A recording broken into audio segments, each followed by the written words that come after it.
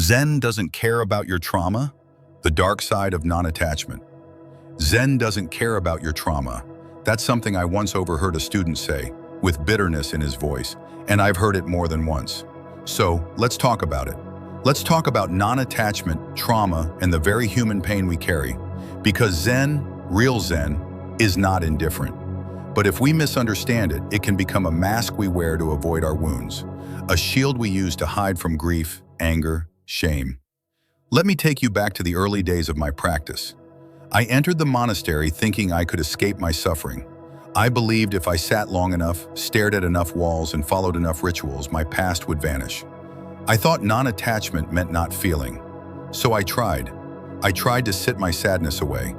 I tried to breathe past memories of loss, of fear, of a father who never came home. But the pain did not leave. It only grew quieter, until it didn't. One evening, I was in the Zendo, the meditation hall, during a retreat. Everything was still. Then, out of nowhere, a memory surfaced, vivid, sharp, overwhelming. I stood up in the middle of silence and walked out. Outside, I collapsed under a tree and wept like a child. My teacher found me hours later. He said nothing, just sat beside me. Then softly he said, "Non-attachment does not mean disconnection. It means holding your pain without letting it define who you are." That was a turning point. You see, the problem is not with Zen itself. The problem is with spiritual bypassing, using Zen or mindfulness or detachment as a way to escape the work of healing. Non-attachment is not about pretending trauma doesn't exist. It's about not becoming enslaved to the identity it tries to give you. When you say, "I am my trauma," you carry it everywhere. When you say, "This pain is real, but it is not all of me," you give yourself space to heal. There's a phrase in Zen, "Let everything come, let everything go." But this does not mean we abandon our feelings. It means we meet them fully, with presence, with kindness, and then we allow them to move through us. You don't detach to escape, you detach to see clearly. If someone has broken your trust, Zen doesn't tell you to just let it go, like nothing happened. Zen invites you to sit with the brokenness, not to obsess over it, but to stop running from it. Because healing doesn't come from denial, it comes from attention, compassionate, unwavering attention. You are not weak for remembering your pain.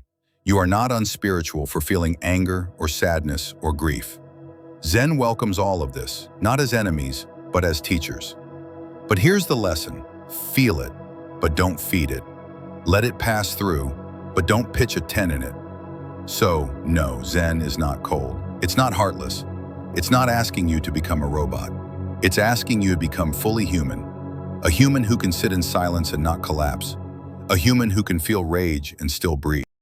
A human who can hurt and still be kind. This is the power of true non-attachment.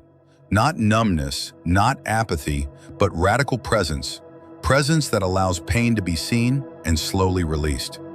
So if you've been told that Zen doesn't care about your trauma, let me say this clearly. Zen does care.